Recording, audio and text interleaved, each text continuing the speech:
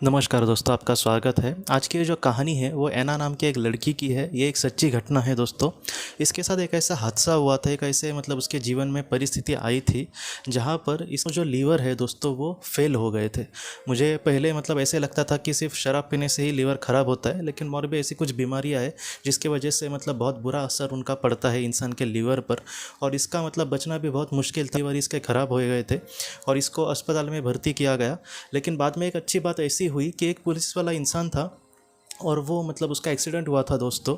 और उसने अपने जो शरीर के सारे ऑर्गन्स है वो डोनेट किए थे। अब उसकी जान जाने वाली थी, लेकिन बाद में क्या हुआ कि आखिरी वक्त में वो डोनेट उसके ऑर्गन उसने किए थे, इसलिए उसके गुजरने के बाद उसका लीवर दोस्तों ऐना को लगाया गया।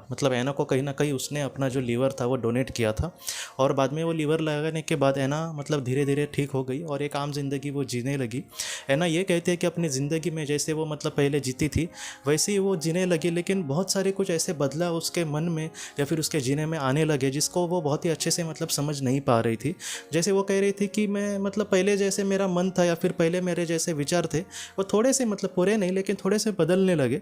जैसे है ना, ये कहने लगी कि जैसे घर में पेंटिंग करना या फिर कुछ कारपेंटर का वगैरह कुछ छोटा मोटा जो हमारे घर में काम होता है, कुछ लोग उसको खुद ही करना पसंद करते हैं। पहले है ना कहती थी कि मैं इन सारी चीज़ों में ज़रा भी रुचि नहीं थी या फिर मैं देखती भी नहीं थी, लेकिन अभी ये हादसा होने के बाद कुछ महीनों में दोस्तों उसको इस काम में बहुत ज़्यादा रुचि होने लगी। वो ये कहते हैं कि जब उसको छुट्टी मिलती थी तब वो यही दिन भर यही काम करती थी। और ये ना ये कहती है कि वो ये काम करती थी तो उसको एक दिल से सुकून मिलता था कि हाँ, मुझे बहुत खुशी मिल रही है करके। तो इस तरीके से वो अपने जीवन में आगे बढ़ रही थी। उसने बहुत सारे लोगों को ऐसे कहा, लेकिन किसी ने भी उसका यकीन भी नहीं किया। या फिर इंसान की जो रुचियाँ वगैरह होती है, हॉबीज़ वगैरह, वो भी कभी कभी बदल जाती है। जैसे बचपन में हमें कुछ चीज़ों की हॉबी होती है। मुझे बचपन में जो स्टिकर्स होते हैं वो वो जमा करने का इतना शौक लगा था, मैं आपको क्या बोलूँ। आज मैं हंसता हूँ इन सारी चीज़ों को ये करते हुए।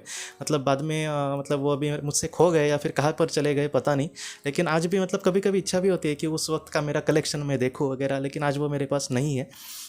अगर होता तो मैं आपको भी दिखाने की कोशिश करता, क्योंकि बहुत एक जैसे भूत सवार होता है ना, बचपन में मुझे बहुत इसकी रुचि होती थी। और आपको भी मुझे लगता है कि कोई ना कोई है हॉबी होगी बचपन में, लेकिन बाद में धीरे धीरे वो कम हो जाती है।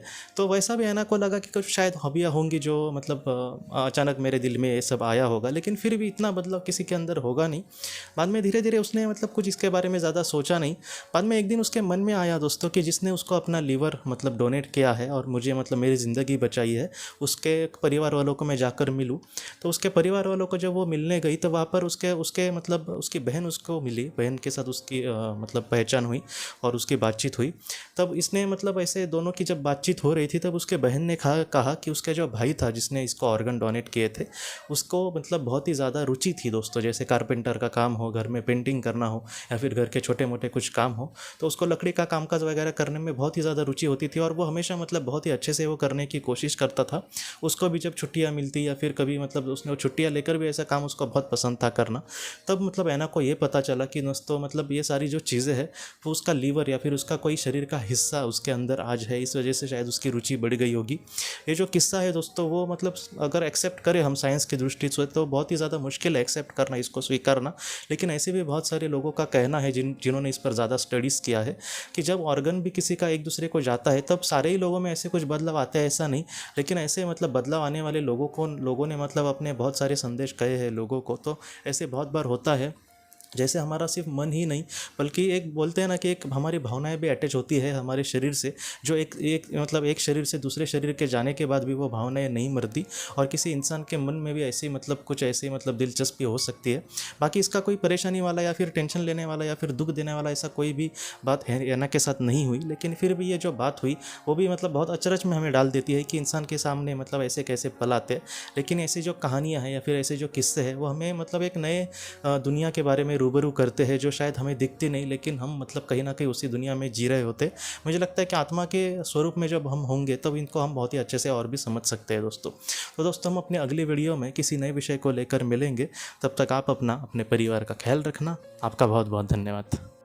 जिंदगी की रोशनी ये एक कंसल्टेंसी है जो ऐसे लोगों को मदद करने की कोशिश करती है जिन्होंने किसी अपने को खोया है या फिर जो लोग अपने जीवन में बहुत ही ज़्यादा दुखी है। जो लोग इस संस्था के साथ जुड़ते हैं उन्हें पास्ट लाइफ रिग्रेशन की ऑडियोज़ भेजी जाएगी, जिससे घर बैठे वह पास्ट लाइफ रिग्रेशन का अभ्यास कर सकते हैं। और उन्हें 5 मेडिटेशन ध्यान की भी ऑडियोज़ भेजी जाएगी और इसके साथ साथ उन्हें PDF किताबें भेजी जाएंगी जो हिंदी और अंग्रेज़ी में है, जो मोबाइल पर या फिर लैपटॉप पर आप उसे पढ़ सकते हैं। और 10 ऑडियो बुक्स भी आपको भेजी जाएंगी।